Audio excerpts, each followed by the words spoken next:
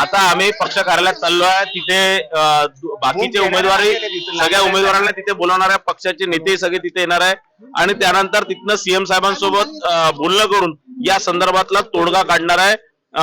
याच्यात बाकी सगळ्या कार्यकर्त्यांच्या भावना, दोन्ही भागातील अभ्यंगनगर आणि त्या भागातील कार्यकर्त्यांच्या भावना, हजारीपाडच्या कार्यकर्त्यांच्या भावना हे सीएम साहेबांना सांगणार आहे. आज जे झालेल्या सगळ्या गोष्टी, कार्यकर्त्यांचं मत सगळं सीएम साहेबांसोबत बोलून मग यामध्ये सीएम मुख्यमंत्री साहेबच याच्यात शेवटचा निर्णय देणार आहे. भाऊ, इतका आक्रोश होते आहे, कशी तुम्ही हे सगळी भावना समजून सांगणार आहे का? कुठल्याही परिस्थितीत जर दुसरा उमेदवार दिला तर आम्ही मतदान करू देणार नाही, असंही जे आहे ते म्हणत आहे.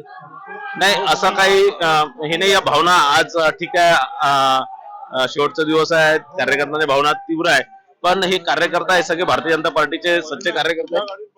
हो, मनोनीत नगरसेवक द्याल का त्यांना कार्यकर्त्यांचं पाहून? नाही, आता काही निर्णय असा झालेला नाही की त्यांना तिकीट देणार की नाही देणार. आता आम्ही पक्ष कार्यालयात चाललो, तिथनं हा निर्णय होणार आहे आणि तिथे कोणाला काय ऍडजस्ट करायचं ते तिथेच निर्णय होणार. विभागीय पक्ष कार्यालय किसन गावंडे हे इथून निघतील का बाहेर? निघतील माझ्यासोबतच ते येऊन राहिले. तुमची मध्यस्थी यशस्वी झाली नाही याबाबत तुम्ही तोडगा काढलाय? तोडगा आता निघणाऱ्या कार्यालयात जाऊन. विदर्भातले ती भूमिका आजही निभावली तुम्ही? नाही, ठीक आहे, मधला मार्ग काही निघालाय? निघणार. आता आम्ही कार्यालयात जाऊन या मधल्या मार्गाचाच आम्ही चर्चा करणार. अनेक वर्षापासून भाजपचे एक निष्ठ कार्यकर्ते म्हणून आहात आणि अशा वेळी जर बघितलं असेल तर आम्हाला पार्सल उमेदवार नको, तर नाही, लक्षात घ्या, पार्सल हा शब्द चुकीचा आहे.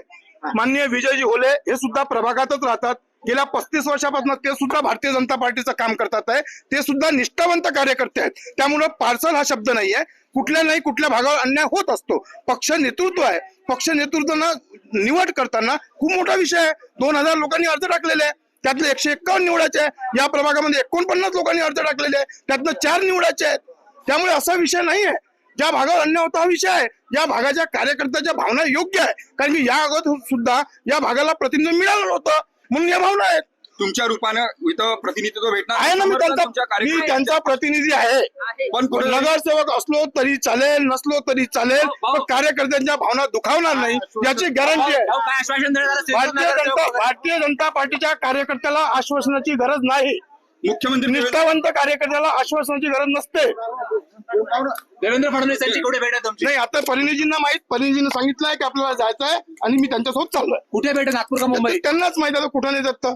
पण नक्कीच आहे का भेट होईल मुख्यमंत्र्यांची आणि त्यातनं सर्व चांगलं होईल, काहीच चूक होणार नाही. स्वीकृत नगरसेवक वगैरे काही आश्वासन नाही, असं काही आश्वासन नाही. आणि आश्वासनावर जगणारा भारतीय जनता पार्टीचा कार्यकर्ता नाही. असा कार्यकर्ता जर असेल तर तो स्वार्थी झाला. स्वार्थी कार्यकर्ता भारतीय जनता पार्टीत नाहीये. पक्ष शिस्त मोडणारा कार्यकर्ता नाही. माझी विनंती आहे सर्व कार्यकर्त्यांना, मला इथनं जाऊ द्यावं. मी माझ्या माननीय मुख्यमंत्र्यांची बैठक आहे, त्या बैठकीत जे काही होईल मी तुमच्याशी आल्यानंतर बोलतो.